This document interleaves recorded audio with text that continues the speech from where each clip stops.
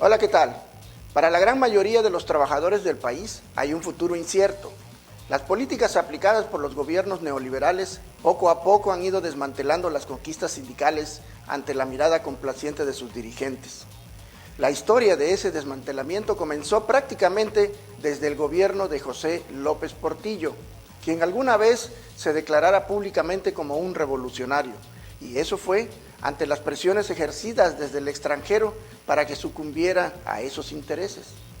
López Portillo impulsó una política de autosuficiencia alimentaria, lo que significaría que México sería capaz de producir sus propios alimentos y evitar hambre en cualquier sector de la sociedad. Sin embargo, casi de inmediato, los empresarios transnacionales y a través del gobierno estadounidense se emprendió una política de rechazo hacia la iniciativa presidencial. Desde el país vecino se dijo que lo más conveniente para México era la seguridad alimentaria y obviamente eso significaba un no a la seguridad en alimentación. Luego, López Portillo tuvo que lidiar y perder la batalla contra los saqueadores de la nación que se llevaron las ganancias de las ventas petroleras, que en aquella época auguraban una gran riqueza para México, que finalmente no se supo administrar como lo sugiriera el presidente. Desde entonces quedó claro que México, con todo y sus riquezas naturales, no podrá administrar la riqueza financiera que produce la naturaleza, porque hay intereses extranjeros muy fuertes, representados desgraciadamente por algunos mexicanos.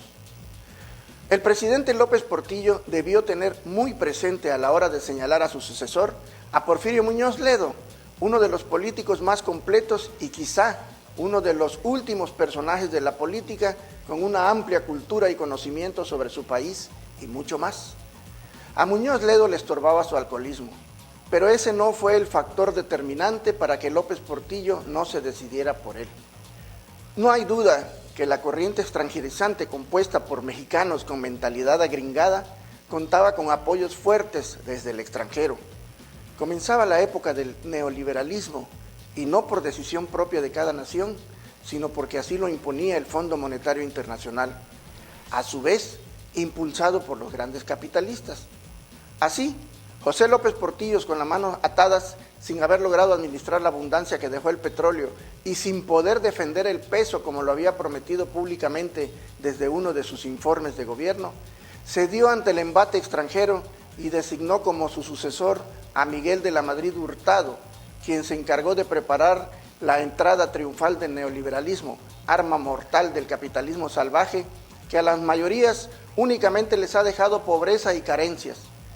De la Madrid creó la Secretaría de Programación y Presupuesto, desde donde operó el equipo de jóvenes neoliberales encabezados por Carlos Salinas de Gortari, quien años más tarde emprenderían la aventura de acabar con todo lo que había avanzado el país en todos los aspectos, desde los avances en educación, seguridad social, hasta conquistas sindicales e incluso la paz social. Ya encumbrados no se tocaron el corazón y sin remordimiento alguno comenzaron a eliminar a quienes representaban un serio peligro para sus planes. Luis Donaldo Colosio Murrieta es el más claro ejemplo de que nada detendría la embestida neoliberal. Y esa pandilla llegó al poder no por las simpatías que hubieran logrado entre la ciudadanía, no porque la gente haya salido a votar masiva y voluntariamente por ellos, sino por la misma estructura priista que se disciplina a ultranza y es incapaz de pensar en la rebelión cuando la patria peligra. Muchas gracias, yo soy Margarito Escudero Luis, hasta la próxima.